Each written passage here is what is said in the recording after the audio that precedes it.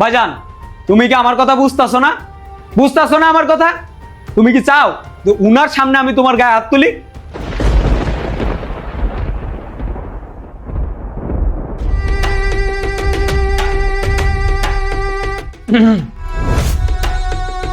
আরে ছোট মালিক আপনি? আমি। কিরে, বড় ভাই কই? বড় মালিক তো ভিতরে গেছে একটু। তোরা জানোস না হোটেল আমি বিক্রি করে দিছি, এখনো খালি করস নাই কেন? কি কইতেছেন ছোট মালিক? হোটেল বিক্রি করে দিছেন? আল্লাহ, আপনি এগুলো কি কইতেছেন? আমরা কেমনে চলমু? আমার কি হইব? বড় মালিকের কি হইব? এগুলো কি কইতেছেন ছোট মালিক? তোরা কেমনে চলবি না চলবি এটাকে আমি দেখবো? ওকে কইছি না হোটেল খালি করতে, এখন খালি করবি সব। যা বড় ভাইজান রে ডাক দে। হ ছোট মালিক, আপনার হোটেল, আপনার কইতে সব কিছু, আপনারা যা করবেন তাই তো। আমরা হইলাম গরিব মানুষ, আমরা কি খামু, কি করবো, কেমনে চলমু, এই চিন্তা তো আপনারা করবেন না।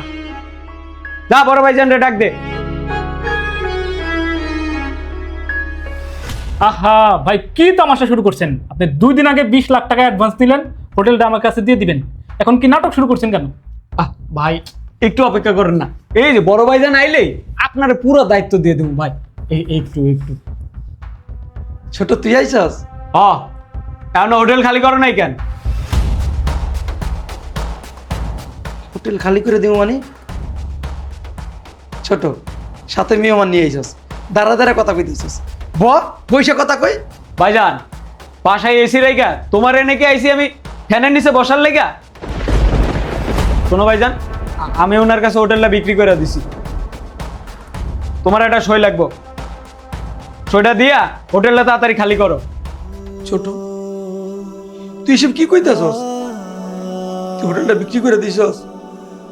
ভাই তুই কি ভুলে গেছস আমগো বাজান মারা যাওয়ার আগে কি কইছিল যে আমার এই হোটেলটা তোরা স্মৃতি হিসাবে রাখবি, কখনো বিক্রি করবি না? আর সেই তুই হোটেলটা বিক্রি করে দিছস।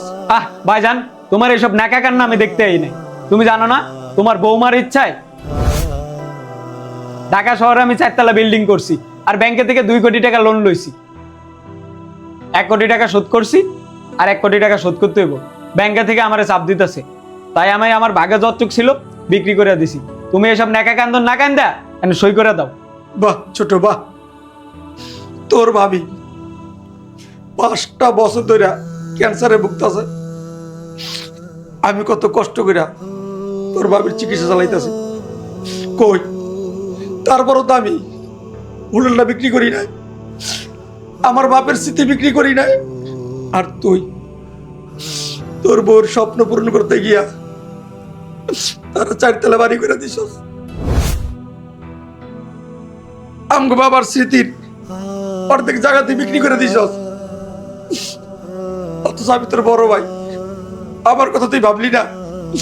আমার পথে বসাই দিলি, পথে বসাই দিলি। কিরে ভাই, এর জন্য কি আমি তোরে কষ্ট করে মানুষ করছি, লেখাপড়া শিখেছি? কিরে ভাই, জবাব দে, জবাব দে, জবাব দে।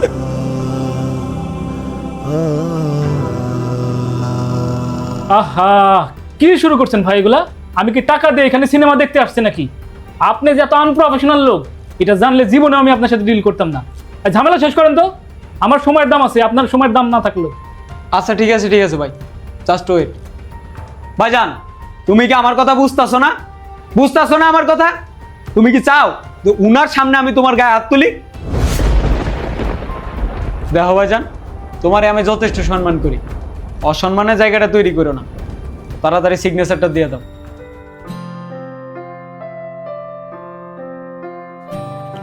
এটা ধরো।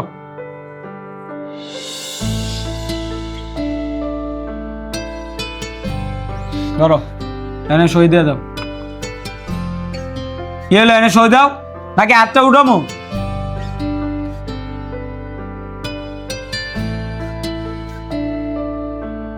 এই জায়গা দাও, এই জায়গা দাও।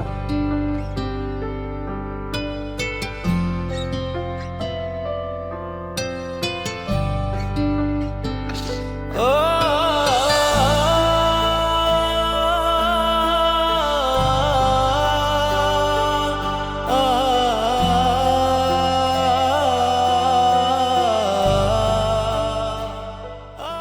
কোনো ভাইজান, এবার হোটেলটা খালি করে চলে যাও।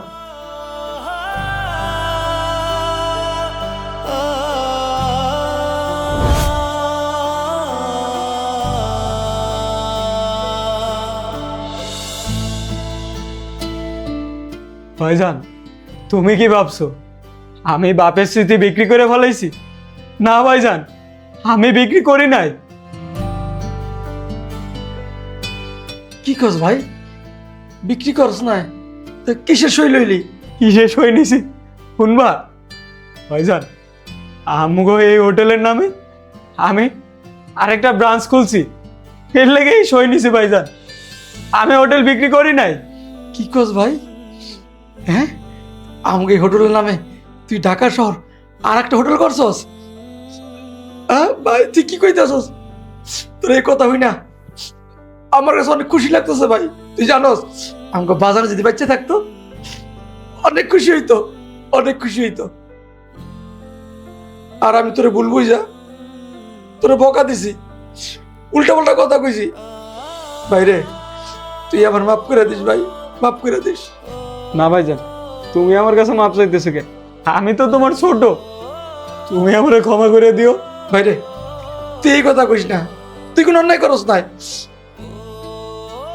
আয় ভাই আয়, তুই আমার বুকে আয়, আয়।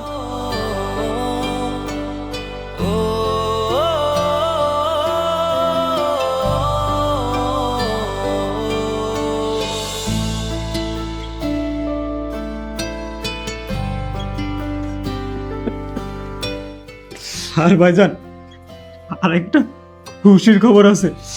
ভাবির চিকিৎসার লেগা আমি সিঙ্গাপুরে ডাক্তারের লেগে কথা কইছি। আমরা খুব দ্রুতই ভাবিরে নিয়ে যাবো, ভাবি সুস্থ হয়ে যাইবো। সত্যি কইতাছস ভাই, সত্যি কইতাছস?